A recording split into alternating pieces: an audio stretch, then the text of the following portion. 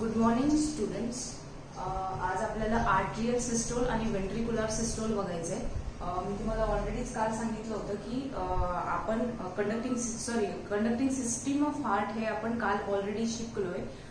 आज आपल्याला arterial systole आणि वेंट्रिक्युलर सिस्टोल शिकायचं. सिस्टोल म्हणजे कॉन्ट्रॅक्शन हे आपण ऑलरेडी शिकलोय. सिस्टोल म्हणजे कॉन्ट्रॅक्शन आणि डायस्टोल म्हणजे रिलॅक्सेशन हे आपण ऑलरेडी शिकलोय. ठीक आहे. तर आज आपल्याला काय बघायचंय की आर्ट्रियल सिस्टोल मध्ये काय होत असतं नेमकं, वेंट्रिक्युलर सिस्टोल मध्ये काय होतंय. ठीक आहे. आणि एक कार्डियक आउटपुट नावाचा लास्ट पॉइंट आहे, एक 2-3 ओळींचा आहे तोही मी तुम्हाला सांगणार आहे. कार्डियक आउटपुटचा पॉइंट मी तुम्हाला कालच्या लेक्चर मध्ये सुद्धा सांगितलाय. आज परत तो रिपीट होईल, पण त्याच्या आधी आपण आर्ट्रियल सिस्टोल आणि वेंट्रिक्युलर सिस्टोल बघणार आहोत. तर आर्ट्रियल सिस्टोल मध्ये काय सांगितलंय, right atrium receives deoxygenated blood. हे मी ऑलरेडी तुम्हाला 3-4 वेळा आतापर्यंत सांगितलंय, हे रिपीट झालंय की जे आपल्या हार्ट मधलं जे राईट आर्ट्रियम असतं त्याच्यामध्ये डीऑक्सिजनेटेड ब्लड येत असतं आपल्या पूर्ण बॉडी मधनं. अप्पर बॉडी पार्ट मधलं सुपेरियर वेना केव्हा थ्रू येतं, पण लोअर बॉडी पार्ट्स मधलं इन्फेरियर वेना केव्हा थ्रू येतं. दोन्हीही जे साईडचं ब्लड आहे ते राईट आर्ट्रियम मध्ये येत असतं. राईट, म्हणून काय म्हटलंय, right atrium receives deoxygenated blood. आणि ते ब्लड कसं असतं, डीऑक्सिजनेटेड असतं की ज्याच्यामध्ये ऑक्सिजन मिक्स झालेला नसतो. त्याच्यामध्ये ऑक्सिजन मिक्स करण्यासाठी हार्ट हेल्प करणार असतं की ते त्याला लंग्स कडे पाठवणार असतं. पण त्याच्या आधी हे जे डीऑक्सिजनेटेड ब्लड आहे ते कुठे येत असतं, तर राईट आर्ट्रियम मध्ये. What will be the next point, left atrium receive oxygenated blood. याच्या ऑपोजिट जे लेफ्ट आर्ट्रियम आहे त्याच्यामध्ये ऑक्सिजनेटेड ब्लड येतं. ते येत असतं पल्मोनरी वेन्स थ्रू. कुठून येत असतं, लंग्स कडे येत असतं. कारण lungs is the only organ where gaseous exchange takes place. ठीक आहे, की जिथे काय होत असतं, गॅसियस एक्सचेंज होत असतो. म्हणून ऑक्सिजनेशन साठी आपलं ब्लड हार्ट कडनं लंग्स कडे पाठवलं जातं. ठीक आहे. मग पल्मोनरी आर्टरीच्या मदतीने ते ब्लड ऑक्सिजनेशन साठी आपल्या लंग्स कडे पाठवलं जातं. राईट. मग एकदा का त्या ब्लडचं ऑक्सिजनेशन लंग्स मध्ये झालं की ते तिथनं परत येणार, पण पल्मोनरी वेन थ्रू. ठीक आहे. Deoxygenated blood pulmonary artery through जाणार लंग्स मध्ये. पण लंग्स मध्ये त्याचं ऑक्सिजनेशन झालं की ते ऑक्सिजनेटेड ब्लड परत हार्ट मध्ये येण्यासाठी पल्मोनरी वेन काय करत असते, हेल्प करत असते. किंवा पल्मोनरी वेन थ्रू ते ऑक्सिजनेटेड ब्लड आपल्या हार्ट मध्ये येत असतं. आणि ते सगळ्यात पहिले कुठे येतं, तर लेफ्ट आर्ट्रियम मध्ये. म्हणून काय सांगितलंय की राईट आर्ट्रियम मध्ये डीऑक्सिजनेटेड ब्लड येणार, वाईल त्याच्या अपोजिट जो लेफ्ट आर्ट्रियम असतो त्याच्यामध्ये मात्र ऑक्सिजनेटेड ब्लड येणार. म्हणून काय म्हटलंय आपण, right atrium receives deoxygenated blood while left atrium receives oxygenated blood. Next point, when both of them are completely filled with blood, pressure is exerted on the wall. जेव्हा हे दोन्हीही जे आर्टरिया असतात ते कम्प्लिटली ब्लडनी फिल्ड होणार तेव्हा ऑब्वियस गोष्ट आहे त्याच्या वॉलवर प्रेशर क्रिएट होईल. जेव्हा फुग्यामध्ये तुम्ही कंटिन्युअसली हवा भरता तेव्हा त्याच्या वॉलवर प्रेशर क्रिएट होतं. Right. Same thing happens here. इथे जेव्हा तुमचे दोन्हीही आर्टरिया वेदर ते लेफ्ट असो किंवा राईट असो, जेव्हा ब्लडनी कम्प्लिटली फिल्ड होणार तेव्हा त्याच्या ज्या वॉल्स असतात, त्याची जी बाहेरची वॉल असते त्याच्यावर प्रेशर एक्झर्ट होणार. ठीक आहे. त्याच्यावर दाब निर्माण होणार. In response to this pressure SA node gets excited and generates a cardiac impulse. मग याला रिस्पॉन्स म्हणून किंवा याला एक त्याच्या किंवा त्याच्यावर एक ऍक्शन म्हणून काय होत असतं की आपल्या हार्ट मध्ये राईट आर्ट्रियम मध्ये जे SA नोड असतं प्रेझेंट. ठीक आहे. SA नोड म्हणजे सायनो आर्ट्रियल नोड. हे अपर राईट कॉर्नर मध्ये राईट आर्ट्रियम मध्ये प्रेझेंट असतं. हे आपण ऑलरेडी कंडक्टिंग टिश्यूज मध्ये बघितलंय किंवा कंडक्टिंग सिस्टीम ऑफ हार्ट मध्ये सुद्धा आपण बघितलंय. तर जेव्हा आपले जे राईट असो किंवा लेफ्ट असो दोन्हीही आर्टरिया कम्प्लिटली ब्लडनी भरणार, कम्प्लिटली ब्लडनी फिल्ड होणार, तेव्हा त्याच्या वॉलवर प्रेशर क्रिएट होतं. आणि ते प्रेशर क्रिएट झालं की त्या प्रेशरला रिस्पॉन्स म्हणून तिथे काय जनरेट होतं, SA नोड काय होणार, एक्साइटेड होणार. ठीक आहे. SA node gets excited and generates cardiac impulse. आणि एक प्रकारचे सिग्नल ते SA नोड जे आहे ते जनरेट करतात. ठीक आहे. ते SA नोड जेव्हा एक्साइटेड होणार, ते एक्साइटेड केव्हा होणार, जेव्हा वॉलवर प्रेशर क्रिएट होणार तेव्हा SA नोड एक्साइटेड होणार. SA नोड एक्साइटेड झाला की SA नोड इम्पल्सेस जनरेट करणार. ठीक आहे. इम्पल्सेस म्हणजे कार्डियक इम्पल्सेस म्हणजे काय की हार्टशी रिलेटेड जे सिग्नल्स असतात त्यांना तुम्ही कार्डियक इम्पल्सेस म्हणू शकता. Cardiac word is related to your heart. ठीक आहे, कार्डियक आलं म्हणजे हार्टशी रिलेटेड आहे. ठीक आहे, तर कार्डियक इम्पल्सेस म्हणजे काय,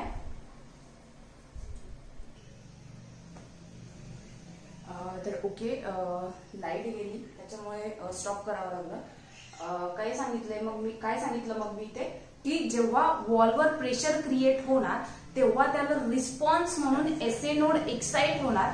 एसए नोड एक्साइट झाला की तो कार्डियक इम्पल्सेस जनरेट करणार किंवा एका प्रकारचे सिग्नल्स तो जनरेट करणार. ठीक आहे, नेक्स्ट पॉइंट काय सांगितलंय, thus cardiac muscles in arterial wall contract causing arterial systole. मग जेव्हा या कार्डियक मसल्स काय होणार, आर्ट्रियल वॉल मध्ये प्रेझेंट असतात कार्डियक मसल्स. ठीक आहे, तर जेव्हा या कार्डियक मसल्स आर्ट्रियल वॉल मध्ये किंवा हे जे इम्पल्सेस जेव्हा जनरेट होणार तेव्हा ज्या कार्डियक मसल्स असतात आर्ट्रियल वॉल मधल्या त्या कॉन्ट्रॅक्ट होणार. ठीक आहे, कॉन्ट्रॅक्ट होणार. कशामुळे कॉन्ट्रॅक्ट होत असतात, हे ब्लडच्या एंट्रीमुळे ते वॉलवर प्रेशर येतं आणि त्याच्यामुळे त्या ज्या आर्ट्रियल वॉल असतात त्या कॉन्ट्रॅक्ट होतात. ठीक आहे, आणि कॉन्ट्रॅक्ट झाल्या म्हणजेच काय होतं, कॉझिंग आर्ट्रियल सिस्टोल. आणि त्या मसल्स कॉन्ट्रॅक्ट झाल्या म्हणजे ऑब्व्हियसची गोष्ट आहे की आर्ट्रियल वॉल मध्ये प्रेझेंट असणाऱ्या ज्या कार्डियक मसल्स आहेत त्या कॉन्ट्रॅक्ट झाल्या म्हणजे ऑब्व्हियस गोष्ट आहे की आर्ट्रिया सुद्धा कॉन्ट्रॅक्ट होणार आणि त्यालाच म्हणत असतो आपण आर्ट्रियल सिस्टोल. म्हणजे आर्ट्रिया कॉन्ट्रॅक्ट होतात. कशामुळे कॉन्ट्रॅक्ट होतात, due to entry of blood. त्यांच्या वॉलवर प्रेशर क्रिएट होतं आणि ते फुगतात म्हणजेच ते कॉन्ट्रॅक्ट होतात. रिलॅक्स होणे म्हणजे ब्लड समोर गेल्यामुळे ते परत त्यांच्या ओरिजिनल पोझिशन देतात. दॅट विल बी डायस्टोल म्हणणार तुम्ही त्याला, कारण सिस्टोल म्हणजे कॉन्ट्रॅक्शन आणि डायस्टोल म्हणजे रिलॅक्सेशन. हे आपण ऑलरेडी शिकलोय. ठीक आहे, then what will be the next point, thus then blood is pumped into ventricles. मग एकदा का आर्ट्रियाचं काम झालं की जेव्हा ते ब्लडनी फुल्ली फिल्ड होतात, कम्प्लिटली फिल्ड होतात, आर्ट्रिया जेव्हा कॉन्ट्रॅक्ट होतात तेव्हा काय होणार की जे वॉल्स प्रेझेंट असतात, जे आर्ट्रिओ व्हेंट्रिक्युलर अपर्चर्स असतात दोन्ही आर्ट्रिया आणि व्हेंट्रिकल्सच्या मध्ये, ते ओपन होतात. का ओपन होतात, कारण की त्या वॉलवर प्रेशर क्रिएट झालेलं असतं पहिले आर्ट्रियाच्या, म्हणून ते जे ब्लड आहे ते समोर पंप करायचं असतं म्हणून ते वॉल्स ओपन होतात. ते वॉल्व ओपन झाले की जे ब्लड आर्ट्रियामध्ये आहे ते ब्लड समोर पंप केलं जाणार व्हेंट्रिकल मध्ये. मी तुम्हाला सांगितलं होतं की राईट आर्ट्रिया मधलं ब्लड राईट व्हेंट्रिकल मध्ये येत असतं. ठीक आहे, म्हणून काय म्हटलंय, thus then blood is pumped into ventricles. म्हणजे मग एकदा का कॉन्ट्रॅक्शन कम्प्लीट झालं किंवा सिस्टोल कम्प्लीट झाला की आर्ट्रिया मधलं ब्लड येणार व्हेंट्रिकल मध्ये. Backflow of blood is prevented by Eustachian and Thebesian valve. हे आपण ऑलरेडी शिकलोय की युस्टाचिन आणि थिबॅसियन वॉल्व प्रेझेंट असतात की ज्यांचं काम असतं ब्लडचा बॅकफ्लो प्रिव्हेंट करणे. बॅकफ्लो म्हणजे काय की एकदा का ब्लड आर्ट्रिया मधून व्हेंट्रिकल मध्ये गेलं की ते गेलं, ते परत आर्ट्रिया मध्ये येणार नाही. हे याची काळजी घेण्याचं काम जे वॉल्व करतात त्यांना आपण युस्टाचिन आणि थिबॅसियन वॉल्व म्हणतो. या वॉल्व सारखेच आणखी कस्पिड वॉल्व सुद्धा असतात, हे आपण बघितलं होतं.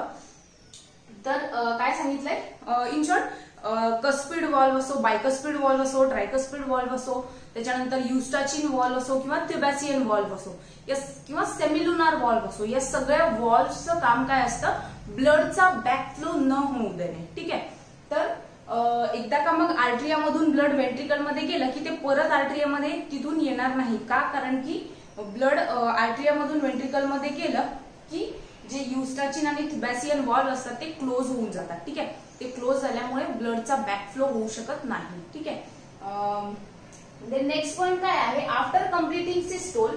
मग आता आर्ट्रियल सिस्टोल कम्प्लीट झालाय राईट, कारण की त्या आर्ट्रियाच्या वॉलवर प्रेशर क्रिएट झालं, ब्लड कम्प्लिटली फिल्ड झाल्यामुळे आणि मग वॉलवर प्रेशर क्रिएट झाल्यामुळे काय होतं की त्याच्या आतमधलं जे ब्लड असतं ते व्हेंट्रिकल मध्ये पंप्ड इन होतं. ठीक आहे, म्हणजे आर्ट्रिया मधलं ब्लड जातं व्हेंट्रिकल मध्ये. म्हणजे कशाच्या थ्रू जात असतं ते, थ्रू वॉल्स, वेगवेगळ्या वॉल्स थ्रू, लाईक थिबॅसियन किंवा युस्टाचिन वॉल तिथे प्रेझेंट असतो ज्याच्या मदतीने ब्लडचा बॅकफ्लो प्रिव्हेंट केला जातो. मग एकदा का आर्ट्रियामधून ब्लड व्हेंट्रिकल मध्ये गेलं की ते जे आर्ट्रिया असतात इट गोज इनटू डायस्टोल. ठीक आहे, आर्ट्रिया कशामध्ये जाणार, डायस्टोल मध्ये जाणार. का, कारण की आर्ट्रियल सिस्टोल कम्प्लीट झालेला असतो. कारण आर्ट्रिया मधलं ब्लड व्हेंट्रिकल मध्ये गेलं म्हणजे आर्ट्रियल सिस्टोल किंवा आर्ट्रियल कॉन्ट्रॅक्शन कंप्लीट झालं. ठीक आहे, म्हणजे आर्ट्रिया आता रिलॅक्स होणार कारण आर्ट्रिया मधलं ब्लड तर व्हेंट्रिकल मध्ये गेलं राईट, आणि रिलॅक्सेशनला आपण म्हणत असतो डायस्टोल. ठीक आहे, म्हणून इथे काय म्हटलं जातं, after completing systole atria go into diastole. एकदा का सिस्टोल कंप्लीट झाला आर्ट्रियाचा की आर्ट्रिया नंतर डायस्टोल मध्ये जातात, रिलॅक्सेशन पोझिशनला जातात. In normal conditions, arterial systole, that is AS or arterial contraction, is for 0.1 second किंवा last for 0.1 second. Arterial systole जो असतो, arterial systole म्हणजे काय बाळांनो, की आपल्या पूर्ण बॉडी मधलं डिऑक्सिजनेटेड ब्लड राईट आर्ट्रियम मध्ये येतं, दॅट इज आर्ट्रियल सिस्टोल. मग तिथलं जे ब्लड आहे ते ब्लड नंतर वेंट्रिकल्स मध्ये पाठवलं जातं. पण हा जो आर्ट्रियल सिस्टोल असतो, आर्ट्रियल सिस्टोल म्हणजे ब्लडची एंट्री झाल्यामुळे ते आर्ट्रियाच्या वॉलवर प्रेशर क्रिएट होतं आणि ते कॉन्ट्रॅक्ट होतात. ठीक आहे, त्याला म्हणतात तुम्ही आर्ट्रियल सिस्टोल किंवा आर्ट्रियल कॉन्ट्रॅक्शन. तर मग आर्ट्रियल सिस्टोल जो असतो तो 0.1 सेकंड एवढ्या वेळेत होत असतो, म्हणजे अगदी काहीच नाहीये 0.1 सेकंड म्हणजे. ठीक आहे, तर तो किती वेळासाठी चालत असतो आर्ट्रियल सिस्टोल? 0.1 सेकंड साठी. म्हणजे आलं ब्लड आर्ट्रियामध्ये की लगेच ते कुठे पंप केलं जातं, प्रेशर क्रिएट झाल्याबरोबर ते वेंट्रिकल मध्ये पंप केलं जातं. मग हा जो आर्ट्रियल सिस्टोल किंवा त्यालाच आपण आर्ट्रियल कॉन्ट्रॅक्शन म्हणतो, हा आर्ट्रियल सिस्टोल 0.1 सेकंदासाठी असतो. ठीक आहे, while atrial diastole is for 0.7 second. Atrial diastole म्हणजे काय, की आर्ट्रिया जो असतो तो रिलॅक्सिंग पोझिशनला जातो. ठीक आहे, तर कॉन्ट्रॅक्शन पेक्षा आर्ट्रियाचा जो डायस्टोल असतो किंवा रिलॅक्सेशन असतं ते जास्त वेळापर्यंत चालतं. रिलॅक्सेशनचा किती सांगितलंय? 0.7 सेकंड. अशा प्रकारे एक कार्डियक सायकल असते 0.8 सेकंडची. ठीक आहे, तर 0.1 plus 0.7 that will be 0.8 second. ठीक आहे, याचा सम सांगितलं मी तुम्हाला. तर जो आर्ट्रियल सिस्टोल असतो किंवा आर्ट्रिया कॉन्ट्रॅक्ट होतात याचा वेळ असतो 0.1 सेकंड, वाईल आर्ट्रिया रिलॅक्स होणे म्हणजे तिथलं ब्लड व्हेंट्रिकल मध्ये जातं. आर्ट्रिया मधलं ब्लड व्हेंट्रिकल मध्ये गेल्यावर आर्ट्रिया रिलॅक्स होणार राईट, म्हणून आर्ट्रियाचा डायस्टोल जो असतो किंवा रिलॅक्सेशन जे असतं ते असतं 0.7 सेकंदाचं. ओके, हे होतं आर्ट्रियल सिस्टोल. आता आपल्याला बघायचंय व्हेंट्रिक्युलर सिस्टोल. मग आता ब्लड कारण व्हेंट्रिकल मध्ये आलं म्हटल्यावर आपल्याला व्हेंट्रिक्युलर सिस्टोल बघावं लागणार. तर the impulses which started from SA node now reaches AV node and is excited. मग जे इम्पल्सेस या आर्ट्रियल सिस्टोलच्या वेळी SA नोड मध्ये जनरेट झाले होते, तयार झाले होते, ते इम्पल्सेस किंवा ते सिग्नल्स नंतर AV नोड कडे जातात. AV नोड आपण पाहिलं होतं की it is present at the base of inter atrial septum. ठीक आहे, किंवा इंटर आर्ट्रियल वॉल मध्ये हे जे AV नोड असतं ते प्रेझेंट असतं. ठीक आहे, मग जे SA नोड मध्ये इम्पल्सेस आधी जनरेट झाले होते ते इम्पल्सेस किंवा ते सिग्नल जाणार AV नोड कडे आणि AV नोड गेट्स एक्साइटेड. मग ते इम्पल्सेस AV नोड कडे पोहोचल्यामुळे काय होतं की जो AV नोड असतो तो एक्साइट होतो. It then sends impulses to bundle of His and then to Purkinje fibres. मग हे आपण पाहिलं होतं की AV नोडला समोर बंडल ऑफ हिस कनेक्टेड असतात आणि नंतर त्या बंडल ऑफ हिसचे दोन ब्रांचेस पडतात, राईट बंडल ब्रांच आणि लेफ्ट बंडल ब्रांच. आणि त्या बंडल ब्रांचेसनाच नंतर समोर फांद्या फुटतात, ब्रांचेस फुटतात, ज्याला आपण पर्किंजे फायबर्स म्हटलं होतं त्या नेटवर्कला. तर मग एकदा का इम्पल्सेस AV नोड कडे पोहोचल्या की त्या AV नोड कडून जाणार बंडल ऑफ हिस कडे आणि बंडल ऑफ हिस कडून त्या जाणार पर्किंजे फायबर्स कडे.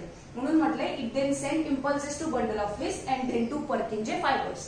Then Purkinje fibres spread impulses all over the wall of ventricles. आता आपल्याला माहिती आहे की पर्किंजे फायबर्स किंवा त्या ज्या टायनी ब्रांचेस होत्या, फांद्या होत्या, त्या पूर्ण वेंट्रिकल्स मध्ये काय झालेल्या आहेत? स्प्रेड झालेल्या आहे. मग पर्किंजे फायबर्स कडे त्या इम्पल्सेस गेल्या म्हणजे ऑब्वियसली गोष्ट आहे की वेंट्रिकल्सच्या पूर्ण वॉल मध्ये ते सिग्नल्स किंवा इम्पल्सेस जाणार. म्हणून काय म्हटलंय? पर्किंजे फायबर्स स्प्रेड इम्पल्सेस और signals all over the wall of ventricles. पूर्ण वेंट्रिकल्सच्या वॉल मध्ये ते सिग्नल्स पाठवले जातात. Thus ventricular wall contracts causing ventricular systole. आणि मग एकदा का ते इम्पल्सेस वेंट्रिक्युलर वॉल मध्ये गेले की वेंट्रिक्युलर सिस्टोल तिथे जनरेट होतो. वेंट्रिक्युलर सिस्टोल म्हणजे काय बाळांनो? की ब्लडच्या एंट्रीमुळे वेंट्रिकल्स कॉन्ट्रॅक्ट होतात, त्यांच्या वॉलवर प्रेशर क्रिएट होतं. ठीक आहे, देन ड्युरिंग दिस, मग जेव्हा वेंट्रिक्युलर सिस्टोल सुरू असतो, during this right ventricle pumps deoxygenated blood into pulmonary trunk. हे मी तुम्हाला सांगितलंय की जेव्हा राईट आर्टरियामधून राईट व्हेंट्रिकल मध्ये ब्लड येतं ते डिऑक्सिजनेटेड असतं. एक लक्षात ठेवायचं, हार्टच्या राईट हँड साईडला नेहमी डिऑक्सिजनेटेड ब्लड असतं आणि हार्टच्या लेफ्ट हँड साईडला नेहमी ऑक्सिजनेटेड ब्लड असतं. Keep this thing in your mind की राईट हँड साईडला नेहमी डिऑक्सिजनेटेड ब्लड असणार हार्टमध्ये आणि लेफ्ट हँड साईडला हार्टमध्ये नेहमी ऑक्सिजनेटेड ब्लड असणार. ठीक आहे. मग राईट आर्टरियामधून डिऑक्सिजनेटेड ब्लड आलं लेफ्ट व्हेंट्रिकलमध्ये. मग व्हेंट्रिकलमध्ये आल्यानंतर व्हेंट्रिक्युलर सिस्टोल तिथे झाला. राईट. मग त्या व्हेंट्रिक्युलर सिस्टोल तिथे झाला किंवा राईट व्हेंट्रिकलमध्ये जेव्हा ते डिऑक्सिजनेटेड ब्लड येतं तेव्हा त्याच्या वॉल काय होणार, कॉन्ट्रॅक्ट होणार किंवा त्या वॉलवर प्रेशर क्रिएट होणार. मग आता जेव्हा वॉलवर प्रेशर क्रिएट होतं तेव्हा ते ब्लड समोर पंप इन केलं जातं. राईट. लाईक जसं आर्टरियामधून ब्लड पंप आउट केलं गेलं होतं व्हेंट्रिकल्स मध्ये, तसंच या व्हेंट्रिकल मधून सुद्धा ब्लड समोर पाठवलं जाईल प्रेशर क्रिएट झाल्यावर. राईट. म्हणून काय केलं जातं की हे जे डिऑक्सिजनेटेड ब्लड आहे ते राईट व्हेंट्रिकल मधून पल्मोनरी ट्रंक कडे पाठवलं जातं किंवा पल्मोनरी आर्टरी मध्ये पाठवलं जातं, पंप इन केलं जातं पल्मोनरी आर्टरी मधून. मग ते ऑक्सिजनेशन साठी बाळांनो कुठे पाठवलं जातं, लंग्स मध्ये पाठवलं जातं. ठीक आहे. तर असं तो समोरचा पार्ट आहे. पण मग एकदा का राईट व्हेंट्रिकल मध्ये ते ब्लड आलं की तिथे व्हेंट्रिक्युलर सिस्टोल होतो म्हणजे व्हेंट्रिकल्स कॉन्ट्रॅक्ट होतात due to entry of blood आणि मग ते ब्लड कुठे समोर पाठवलं जातं, पल्मोनरी ट्रंक किंवा पल्मोनरी आर्टरी मध्ये ते पंप इन केलं जातं. देन आपण ब्लड कसं असतं, deoxygenated. And left ventricle pumps oxygenated blood into aorta. वाई इकडे लक्ष द्यायचं आता की राईट व्हेंट्रिकल मधून ब्लड हे पल्मोनरी आर्टरी मध्ये जातं आणि पल्मोनरी आर्टरी मधून ते लंग्स कडे पाठवलं जातं. कशासाठी, फॉर ऑक्सिजनेशन. कारण ते ब्लड जे असतं ते डिऑक्सिजनेटेड असतं कारण ते राईट आर्टरियम कडून राईट व्हेंट्रिकल मध्ये आलेलं असतं ते. आणि मी तुम्हाला सांगितलं की राईट साईडला नेहमी डिऑक्सिजनेटेड ब्लड असतं. मग ते deoxygenated blood pulmonary artery through lungs मध्ये पाठवलं जातं फॉर ऑक्सिजनेशन. आणि एकदा का ऑक्सिजनेशन झालं की पल्मोनरी वेन्स थ्रू ते येणार लेफ्ट आर्टरियामध्ये आणि नंतर लेफ्ट आर्टरियामधून ते येणार लेफ्ट व्हेंट्रिकल मध्ये. म्हणजेच राईट व्हेंट्रिकल मध्ये डिऑक्सिजनेटेड ब्लड असतं आणि लेफ्ट व्हेंट्रिकल मध्ये ऑक्सिजनेटेड ब्लड असतं. मग एकदा का ते लेफ्ट व्हेंट्रिकल मध्ये आलं की ते ऑक्सिजनेटेड ब्लड एओर्टामध्ये पाठवलं जातं आणि एओर्टामधून ते आपल्या पूर्ण बॉडीमध्ये डिस्ट्रीब्यूट केलं जातं. कोणतं ब्लड, पण ऑक्सिजनेटेड ब्लड. कारण लेफ्ट व्हेंट्रिकल नेहमी ऑक्सिजनेटेड ब्लडच समोर पाठवत असतं आणि मग ते एओर्टामध्ये पाठवलं की एओर्टा काय करणार, आपल्या पूर्ण बॉडी पार्ट्स कडे आणि टिश्यूज कडे ते ऑक्सिजनेटेड ब्लड सप्लाय करणार. मग काय सांगितलंय, during ventricular systole cuspid valve close both the arterioventricular apertures and prevent backflow of blood. जेव्हा व्हेंट्रिकल्स कॉन्ट्रॅक्ट होत असतात तेव्हा हे जे आर्टरिओव्हेंट्रिक्युलर ऍपर्चर्स म्हणजे आर्टरिया आणि व्हेंट्रिकल्स या दोघांच्या मध्ये जी ओपनिंग असते त्यांना आपण आर्टरिओव्हेंट्रिक्युलर ऍपर्चर्स म्हणतो. तर हे क्लोज होतात. ठीक आहे. क्लोज का होतात, कारण ब्लडचा बॅकफ्लो होऊ नये म्हणून. ठीक आहे. एकदा का ब्लड समोर गेलं की लगेच ते क्लोज होऊन जाणार जेणेकरून ब्लड परत वापस येऊ नये. Then in normal condition ventricular systole last for 0.3 second. व्हेंट्रिकल्सचं जे कॉन्ट्रॅक्शन असतं ते 0.3 सेकंदाचं असतं. While ventricular diastole that is relaxing position मध्ये व्हेंट्रिकल्स असतात 0.5 सेकंडसाठी. म्हणजे याचं सम ऑफ टोटल होतं 0.8 सेकंड. ठीक आहे. During ventricular diastole semilunar valves are close to prevent backflow of blood. तेच परत सांगितलंय की एकदा का व्हेंट्रिक्युलर डायस्टोल किंवा व्हेंट्रिकल्स रिलॅक्स झाले की सेमिलुनार वॉल्स जे असतात ते सुद्धा क्लोज होतात. का क्लोज होतात, ब्लडचा बॅकफ्लो होऊ नये म्हणून. देन मग जेव्हा हे क्लोज होणार तेव्हा डब साऊंड हर्ड होतो किंवा इथे एक मी तुम्हाला सांगायचं विसरले की जेव्हा कस्पिड वॉल क्लोज होतात ब्लडचा बॅकफ्लो होऊ नये म्हणून तेव्हा लब असा आवाज येतो आणि जेव्हा सेमिलुनार वॉल्स क्लोज होतात तेव्हा डब असा आवाज येतो. म्हणजे लब डब असा साऊंड बऱ्याच वेळात हर्ड होत असतो किंवा ऐकायला येत असतो. ठीक आहे. त्या वॉल्सच्या क्लोजरमुळे. Then for 0.4 second both artery and ventricles are in diastole. म्हणजे 0.4 सेकंदासाठी आर्टरिया आणि व्हेंट्रिकल्स दोघंही रेस्टिंग पोझिशनला असतात, रिलॅक्सिंग पोझिशनला असतात. म्हणजे ते कुठल्याही प्रकारचं काम करत नाही 0.4 सेकंदाकरता. यालाच तुम्ही म्हणत असता जॉईंट डायस्टोल. ठीक आहे. काय, Wien all chambers of heart R in diastole म्हणजे जेव्हा हार्टचे सगळे चेंबर्स रेस्टिंग पोझिशनला असतात, रिलॅक्सेशन पोझिशनला असतात तेव्हा त्या टर्मला तुम्ही म्हणत असता जॉईंट डायस्टोल और जेडी किंवा कंप्लीट डायस्टोल तुम्ही त्याला म्हणू शकता. Thus duration of one cardiac cycle is 0.8 second. आणि अशा प्रकारे एका कार्डियक सायकलचा जो टाइम असतो तो असतो 0.8 सेकंदाचा. ठीक आहे. आणि हे लक्षात ठेवायचं नेहमी राईट हँड साइडला नेहमी डिऑक्सिजनेटेड ब्लड असतं हार्टमध्ये आणि लेफ्ट हँड साइडला नेहमी हार्टमध्ये ऑक्सिजनेटेड ब्लड असतं. ठीक आहे. देन काय की स्ट्रोक व्हॉल्यूम आपण ऑलरेडी आधी शिकलोय की 70 ml एवढं ब्लड एका बीटच्या वेळी पंप होत असतं. ठीक आहे. तर कार्डियक आउटपुट नावाचा एक पॉइंट आहे ते जे तुम्ही ऑलरेडी शिकले आहे तो मी फक्त ओरली तुम्हाला सांगणार आहे. कार्डियक आउटपुट म्हणजे काय बाळांनो की हार्टबीट तुमच्या एका मिनिटामध्ये 72 पडतात राईट. आणि स्ट्रोक व्हॉल्यूम एका बीटच्या वेळी 72 हार्टबीट पण एका बीटच्या वेळी 70 ml ब्लड पंप केलं जातं. ठीक आहे. मग आता बीट तर 72 आहे आणि 70 ml ब्लड फक्त एका बीटच्या वेळी पंप केलं जातं राईट. मग heart rate that is 72 beats. ठीक आहे. Into stroke volume that is 70 ml is equal to 5040 एवढं ब्लड एका वेळेला किंवा which is approximately equal to 5 litre एवढं ब्लड एका मिनिटामध्ये तुमचं हार्ट पंप करत असतं. आणि या 5 लिटर ब्लडला किंवा हा जो फॉर्म्युला आहे that is heart rate into काय म्हटलं होतं मी हार्ट रेट म्हणजे 72 beats into stroke volume. Heart rate into stroke volume that is 72 into 70 is equals to 5040 which is approximately equal to 5 litre. याला तुम्ही म्हणत असता कार्डियक आउटपुट. म्हणजे एका मिनिटामध्ये 72 बीट्स पडतात आणि त्या एका मिनिटामध्ये तुमचं जे हार्ट आहे ते अप्रॉक्सिमेटली 5 लिटर एवढं ब्लड पंप्ड आउट करत असतं किंवा त्याचं तेवढं जे ब्लड आहे त्याचं ऑक्सिजनेशन होऊन ते बाहेर पडत असतं. ठीक आहे. तर दॅट्स इट. हे होतं आर्ट्रियल सिस्टोल, व्हेंट्रिक्युलर सिस्टोल आणि कार्डियक आउटपुट. हार्ट हा पार्ट आपला इथे संपलाय. उद्या आपण ब्लड वेसल्स त्याच्यानंतर आर्टरीज काय आहेत, कॅपिलरीज काय आहेत, वेन्स काय आहेत हे बघणार आहोत. So that's it for today. मी याचे फोटोज तुम्हाला ग्रुपवर शेअर करते. Okay bye bye. Have a good day.